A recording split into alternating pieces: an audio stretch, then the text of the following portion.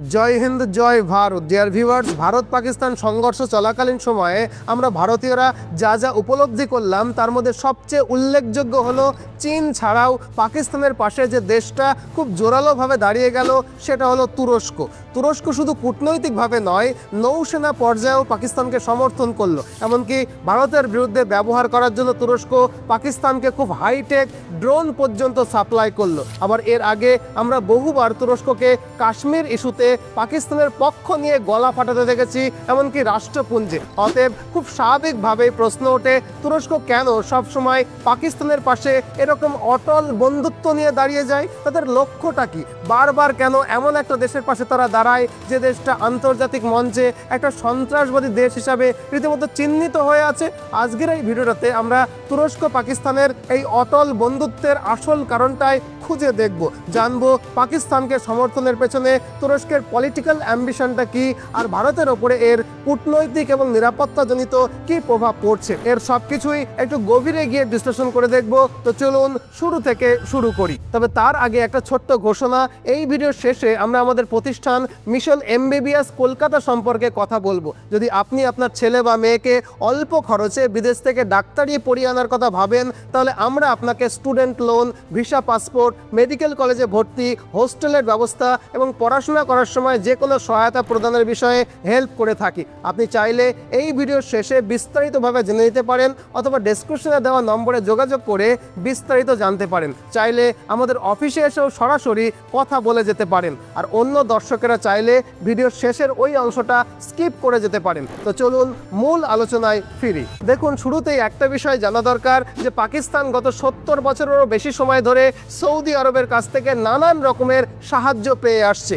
Saudi আরব মূলত দুটো কারণে পাকিস্তানকে সমর্থন করত। প্রথমত, তারা মনে করত পাকিস্তান দক্ষিণ এশিয়ার একমাত্র বড় ইসলামিক দেশ, যার সমর্থন পেলে পৃথিবীতে সৌদি আরবের ইসলামিক নেতৃত্ব প্রতিষ্ঠা থাকবে।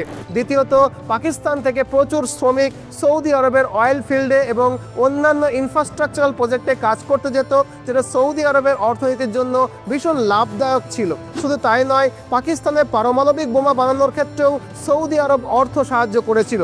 আজকে পাকিস্তানের হাতে পরমাণু অস্ত্র রয়েছে, সেটাও কিন্তু সৌদি আরবের টাকায়। সেই সময় সৌদি আরব চেয়েছিল ভারতের সঙ্গে শুধুমাত্র ব্যবসায়িক সম্পর্ক থাকবে, বিশেষ করে তেল কেনাবেচার মতো ব্যবসা, আর আদর্শগতভাবে তারা পাকিস্তানের পাশে থাকবে। কিন্তু এই দ্বিমুখী নীতি বেশি দিন টেকেনি। আমরা জানি 1990-এর দশকে ভারতে মুক্ত বাজার অর্থনীতি চালু হলে ভারত বিশ্ব অর্থনীতির সঙ্গে নিজেকে জুড়তে শুরু করে, আর এর প্রত্যক্ষ ফল হিসাবে ভারতের অনেক দক্ষ এবং শিক্ষিত শ্রমিক মধ্যপ্রাচ্যে যেতে শুরু করে, বিশেষ করে সৌদি আরবে। তবে এই ভারতীয় শ্রমিকরা শুধু অয়েল ফিল্ডে নয়, সৌদি আরবের ব্যবসা এবং পরিষেবাতেও কিন্তু বড় ভূমিকা নিতে শুরু করে। তারপরে 2015-16 সালের পর মোহাম্মদ বিন সালমান সৌদি আরবের রাশ নিজের হাতে নিলে সৌদি আরবে বড় ধরনের পরিবর্তন আসতে শুরু করে। মোহাম্মদ বিন সালমান বুঝতে পারেন যে পরের 50 বছরে সৌদি আরব যদি শুধু তেলের ওপরে নির্ভর করে চলে, তাহলে সৌদি আরবের ভবিষ্যৎ সুরক্ষিত থাকবে না। কারণ জলবায়ু পরিবর্তনের কারণে সারা বিশ্ব বিকল্প জ্বালানির দিকে ঝুঁকছে। তাই তিনি সৌদি আরবকে একটা নতুন বহুমুখী অর্থনীতিতে রূপান্তর করবার জন্য ভিশন 2030 নামে একটা মেগা প্রজেক্ট হাতে নেন, যেখানে শুধু তেল নয়, অন্যান্য খাতেও উন্নয়নের সুযোগ থাকবে। মোহাম্মদ বিন সালমানের এই উদ্যোগের ফলে সৌদি আরবকে এখন কেবল পরিকাঠামো উন্নয়নের দিক থেকেই নয়, বরং একটা আধুনিক তথ্য প্রযুক্তি এবং কৃত্রিম বুদ্ধিমত্তা মানে AI এর হাব হিসাবেও কিন্তু আত্মপ্রকাশ করতে শুরু করেছে। আর সেই দৃষ্টিকোণ থেকে ভেবে দেখলে সৌদি আরবের কাছে এখন পাকিস্তানের থেকেও ভারতের গুরুত্ব অনেক অনেক বেশি, আর ভারত সেই সুযোগটাকে বেশ ভালোভাবেই কাজে লাগিয়েছে। মানে সৌদি আরবের নতুন অর্থনৈতিক দৃষ্টিভঙ্গির সাথে তালে তাল মিলিয়ে কূটনৈতিক স্তরেও ভারত সৌদি আরবের সঙ্গে সম্পর্ককে একেবারে মজবুত করে ফেলেছে। এই সময় মোহাম্মদ বিন সালমান ভাবতে শুরু করেন যে পাকিস্তানের সঙ্গে বন্ধুত্ব রাখাটা আর আগের মতো ফলদায়ী নয়, কারণ এত সাহায্য করার পরেও সৌদি আরব পাকিস্তানের কাছ থেকে অদক্ষ শ্রমিক ছাড়া তারা আর কিছু পায়নি। এছাড়া এখন সৌদির দরকার দক্ষ টেকনিক্যাল জ্ঞান সম্পন্ন প্রফেশনাল শ্রমিক, যেটা ভারতের কাছে আছে। এই কারণেই 2019 সালে ভারত যখন কাশ্মীরের আর্টিকেল 370 ধারাকে বাতিল করে দিল, তখন সৌদি আরব পাকিস্তানের পাশে দাঁড়ায়নি। এটাই ছিল ভারত সৌদি সম্পর্কের সবচেয়ে বড় মোড় ঘোরানোর মতো মুহূর্ত। এই ঘটনার পরে সৌদি আরব পাকিস্তানকে কার্যত বুঝিয়ে দেয় যে পাকিস্তানের বিষয়ে তাদের আর তেমন কোনো আগ্রহ নেই। এখন সৌদি আরব ভারতের সঙ্গে আরও গভীর অর্থনৈতিক সম্পর্ক গড়ে তুলতে চায়। আর তাই 2019 সালের পর থেকে সৌদি আরব যখন পাকিস্তানকে আর্থিক সাহায্য এবং আদর্শগত সমর্থন দেওয়া বন্ধ করে দেয়, আর তখনই সেই ফাঁকা জায়গা পূরণের প্রথম উদ্যোগ নেয় তুরস্ক। আশা করি এই অবধি বুঝলেন। কিন্তু প্রশ্ন হলো, তুরস্ক হঠাৎ কোন স্বার্থে পাকিস্তানকে সহায়তা করতে শুরু করলো? এই প্রশ্নের উত্তর পেতে হলে আমাদের সৌদি আরব এবং তুরস্কের মধ্যে দীর্ঘদিন ধরে চলে আসা একটা ঠান্ডা লড়াইয়ের ইতিহাসটা গভীরভাবে বুঝতে হবে। সৌদি আরব মূলত একটা সুন্নি মুসলিম রাষ্ট্র, যার নেতৃত্বে গঠিত গালফ কোঅপারেটিভ কাউন্সিল জিসিসি। এই সংগঠনের মাধ্যমে সৌদি আরব মধ্যপ্রাচ্যের বেশিরভাগ সুন্নি মুসলিম দেশকে প্রভাবিত করে, যদিও শিয়া দেশ ইরান এর আওতার বাইরে। আসলে এই প্রভাব প্রতিপত্তির মাধ্যমেই সৌদি আরব নিজেকে মুসলিম বিশ্বের নেতা হিসাবে প্রতিষ্ঠিত করতে চায়। আর এখানেই একটু অন্যরকম ভাবে ঢুকে আসে তুরস্ক। তুরস্ক ভৌগোলিকভাবে মধ্যপ্রাচ্যের অংশ না হলেও এটি একটি সুন্নি মুসলিম দেশ, যার একটা ঐতিহাসিক গৌরব রয়েছে। এই ঐতিহাসিক গৌরবের নাম হলো ওসমানীয় সাম্রাজ্য। যে সময় ওসমানীয় সাম্রাজ্যের সুলতানরা পুরো পশ্চিম এশিয়া, মধ্যপ্রাচ্য এবং উত্তর আফ্রিকার বিস্তীর্ণ অঞ্চল শাসন করত, তখন সৌদি আরবের কোনো অস্তিত্বই ছিল না। আর এই ঐতিহাসিক গৌরবকেই আবার নতুন করে ফিরিয়ে আনার চেষ্টা করছেন তুরস্কের বর্তমান প্রেসিডেন্ট রাজব তাইয়ুপ এরদোয়ান। আসলে এরদোয়ান নিজেকে আধুনিক সুলতান হিসেবে প্রতিষ্ঠিত করতে চায়, আর তাই তার নেতৃত্বে জাস্টিস অ্যান্ড ডেভেলপমেন্ট পার্টি তুরস্কের ধর্মনিরপেক্ষ চরিত্রকে ধীরে ধীরে ভেঙে ফেলছে এবং দেশের ভেতরে একটা কর্তৃত্ববাদী অথরিটেরিয়ান ডেমোক্রেসিকে কায়েম করে ফেলেছে। তুরস্কে এখন মত প্রকাশের কোনো স্বাধীনতা নেই এবং ভিন্ন মতকে কঠোরভাবে দমন করা হচ্ছে। এভাবেই এরদোয়ান চাইছে তুরস্ক আবার ওসমানীয় সাম্রাজ্যের মতো মুসলিম বিশ্বের নেতৃত্বে ফিরে যাক। এই আদর্শগত অবস্থান থেকেই তুরস্ক দাবি করতে শুরু করেছে যে আজকের বিশ্বে একমাত্র তুরস্কই মুসলিম বিশ্বের প্রকৃত রক্ষক।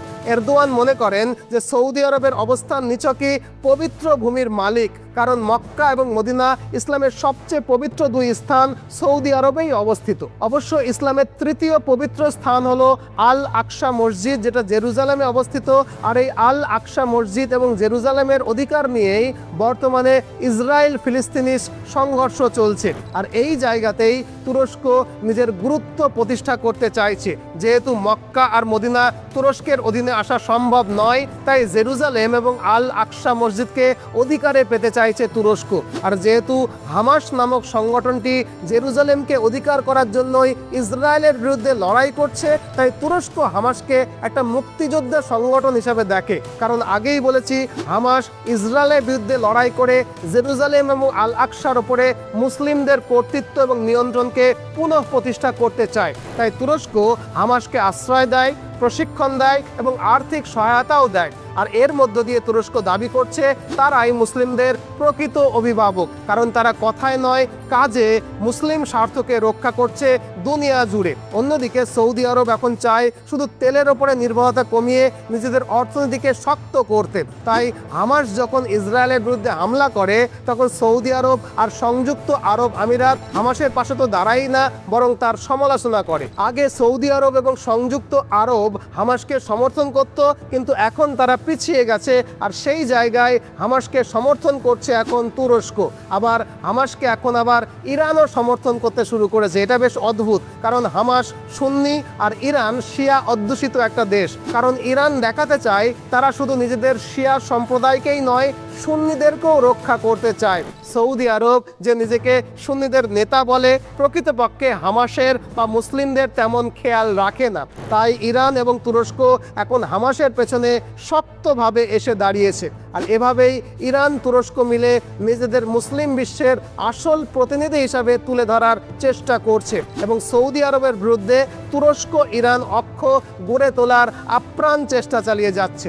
এই অবধি আশা করি আপনাদের বুঝিয়ে বলতে পারলাম যে তুরস্ক কেন পাকিস্তান আর কাশ্মীর ইস্যুতে এতটা আগ্রহী। গত 1.5 মাস আগে হামাসের কিছু প্রতিনিধি কেন পাকিস্তান অকুপাইড কাশ্মীরে এসে লস্কর-ই তৈবা, জৈশ-ই মোহাম্মদের মতো কাশ্মীরি জঙ্গি সংগঠনগুলোর সঙ্গে দেখা করেছিল। কারণ নিশ্চয়ই বুঝতে পারছেন তুরস্ক চাইছে হামাস আর কাশ্মীরি জঙ্গি সংগঠনগুলো একসাথে কাজ করুক, আর পরবর্তীতে সেই একই অক্ষের মধ্যে রোহিঙ্গা মুসলমানদেরকে নিয়ে আসা হবে।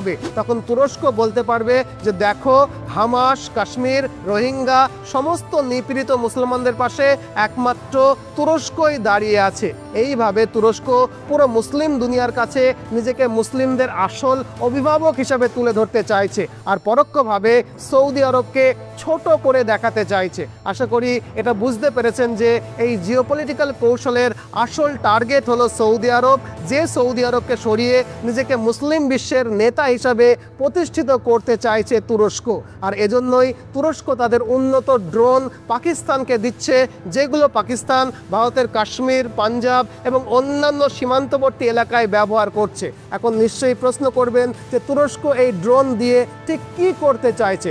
আসলে এখানে তুরস্কের দুটি পরিষ্কার উদ্দেশ্য রয়েছে। প্রথমত, পাকিস্তানকে আদর্শগতভাবে সমর্থন করা, কিন্তু এটা তো দীর্ঘমেয়াদী চাওয়া। তুরস্কের আসল উদ্দেশ্য হলো তুরস্ক যেসব ড্রোন পাকিস্তানকে দিয়েছে সেগুলো ভারতের আকাশে পাঠিয়ে পরীক্ষা করে দেখছে ভারতের আকাশ প্রতিরক্ষা ব্যবস্থা কিভাবে কাজ করে। আর এই কাজে তারা সোয়াম টেকনিককে ব্যবহার করছে, যার মানে একসঙ্গে 400-500 ড্রোন ভারতের দিকে পাঠানো হয়, যার প্রত্যেকটা ড্রোনে হাই রেজুলেশন ক্যামেরা থাকে। ভারতের আকাশে ঢুকেই সেগুলো লাইভ ভিডিও পাঠাতে শুরু করে পাকিস্তানের সেনাবাহিনীর একটা নির্দিষ্ট কন্ট্রোল রুমে। হ্যাঁ, এটা ঠিকই যে ভারতীয় এয়ার ডিফেন্স সিস্টেম যেমন S-400, বারাক 8, আকাশ অনেক ড্রোনকে ধ্বংস করে ফেলেছে, কিন্তু যতক্ষণে আমাদের এয়ার ডিফেন্স সিস্টেম রিয়াক্ট করছে ততক্ষণে এই লাইভ ভিডিওগুলো পাকিস্তানের সেই কন্ট্রোল রুমে কিন্তু পৌঁছে যায়। আর এখানেই পাকিস্তান কিন্তু সফল হয়েছে। তারা বুঝে গেছে ভারতের রিয়াকশন টাইম কতটুকু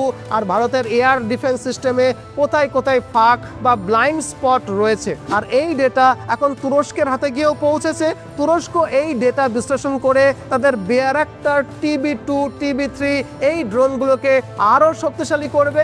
এই প্রক্রিয়ার মাধ্যমে তুরস্ক দক্ষিণ এশিয়ার সামরিক বাজারে ঢোকার একটা বড় সুযোগ পেয়ে যাবে। তারা ভবিষ্যতে যে কোনো দেশকে গিয়ে বলবে আমাদের ড্রোন এমন জায়গাতেও ঢুকতে পারে যেখানে সাধারণ র্যাডার তাদেরকে ধরতে পারবে না। কাশ্মীর থেকে গুজরাট পর্যন্ত আমরা এর সফলভাবে পরীক্ষা করিয়েছি। আশা করি ব্যাপারটা আপনাদেরকে বুঝিয়ে বলতে পারলাম। তুরস্কের এই পদক্ষেপের আরও একটা বড় কারণ হলো তারা আর ন্যাটোর ওপরে নির্ভর করে থাকতে চায় না। যদিও তুরস্ক ন্যাটোর পুরনো সদস্য, কিন্তু ইউরোপীয় ইউনিয়ন তুরস্ককে কখনোই তেমনভাবে আপন করে নিতে পারেনি। ফলে আজ তুরস্ক এমন দেশগুলোর সঙ্গে সম্পর্ক গড়ে তুলছে যাদের আমেরিকার সঙ্গে টানপোড়েন রয়েছে, যেমন ইরান, যেমন রাশিয়া, যেমন চীন। অতএব এই সব কিছুর মধ্য দিয়ে তুরস্কের 4টে বড় উদ্দেশ্য পূরণ হওয়ার আছে। 1, ন্যাটোর ওপরে নির্ভরতা কমানো। 2, দক্ষিণ এশিয়ার মিলিটারি মার্কেট বা সামরিক মার্কেটে ঢোকা। 3, পাকিস্তানকে টেস্টিং গ্রাউন্ড বানিয়ে ড্রোন প্রযুক্তিতে উন্নতি আনা। আর 4, অটোমান সাম্রাজ্যের ঐতিহ্যকে তুলে ধরে বিশ্ব মুসলিম নেতৃত্বের জায়গায় তুরস্ককে নিয়ে যাওয়া। আর এই কারণেই আজ আমরা দেখছি তুরস্ক হামাসকে সমর্থন করছে, পাকিস্তান অধিকৃত কাশ্মীরে লস্কর-ই তৈবা, জৈশ-ই মোহাম্মদকে সমর্থন করছে, এমনকি রোহিঙ্গাদের পক্ষেও আওয়াজ তুলছে তুরস্ক। আশা করি এই ব্যাখ্যার মাধ্যমে তুরস্ক, পাকিস্তান, মধ্যপ্রাচ্য, দক্ষিণ এশিয়ার ভূ রাজনৈতিক ছবি এখন আপনাদের কাছে অনেকটা পরিষ্কার হয়ে গেল। ভিডিওটা ভালো লাগলে নিশ্চয়ই একটা লাইক করবেন। কমেন্ট বক্সে আপনার মূল্যবান কমেন্ট জানাতে ভুলবেন না। আপনাদের প্রত্যেকের কমেন্ট পড়ার নিজে কিন্তু আমি আগ্রহ নিয়ে বসে থাকি। যাই হোক, ভিডিও ভিডিওর শুরুতে যেটা বলছিলাম, আমাদের একটা প্রতিষ্ঠান রয়েছে মিশন এমবিবিএস কলকাতা, যেখানে অল্প খরচে আমরা ছাত্রছাত্রীদেরকে বিদেশ থেকে ডাক্তারি পড়িয়ে আনতে সহায়তা করি। আপনারা জানেন আজকের দিনে নিট পরীক্ষায় হাজার হাজার ছাত্রছাত্রী কোয়ালিফাই করে, কিন্তু সিটের অভাবে এদের বেশিরভাগই সরকারি কলেজে ভর্তি হওয়ার সুযোগ পায় না। ফলে প্রচুর খরচ করে হলেও দেশের বেসরকারি মেডিকেল কলেজে ভর্তি হতে বাধ্য হয়। তবে তুলনামূলকভাবে অনেক কম খরচেও যে বিদেশের মেডিকেল কলেজ থেকে এমবিবিএস পাশ করে দেশে ফিরে আসা যায়, এটা অনেকেই জানেন না, কারণ এরকম তথ্য বা যোগাযোগ কোনোটাই তাদের কাছে থাকে না। গত 15 বছরে আমরা 1000-এর বেশি ছাত্রছাত্রীকে বিদেশ থেকে ডাক্তারি পড়িয়ে আনতে সহায়তা করেছি এবং তারা দেশে ফিরে সফলভাবে বিভিন্ন হাসপাতালে প্রতিষ্ঠিত হয়েছে। আপনি চাইলে ডেসক্রিপশন বক্সে বা প্রথম কমেন্টে দেওয়া আমাদের ওয়েবসাইটের লিঙ্ক থেকে তাদের অভিজ্ঞতা এবং গুগল রিভিউ দেখতে পারেন। তাই আপনিও যদি আপনার ছেলে বা মেয়েকে বিদেশ থেকে ডাক্তারি পড়িয়ে আনার কথা ভাবেন, তাহলে বিস্তারিত জানতে আমাদের অফিসিয়াল ওয়েবসাইট ভিজিট করতে পারেন, বা চাইলে আমাদের অফিসে এসেও সরাসরি কথা বলতে পারেন। যোগাযোগের তথ্য এবং ঠিকানা ডেসক্রিপশনে এবং প্রথম পিন কমেন্টে দেওয়া রয়েছে। নতুন ভিডিও নিয়ে আবারও দেখা হবে। ততক্ষণে ভালো থাকুন, সুস্থ থাকুন, সদা সর্বদা ভারতের পক্ষে থাকুন। জয় হিন্দ, জয় ভারত।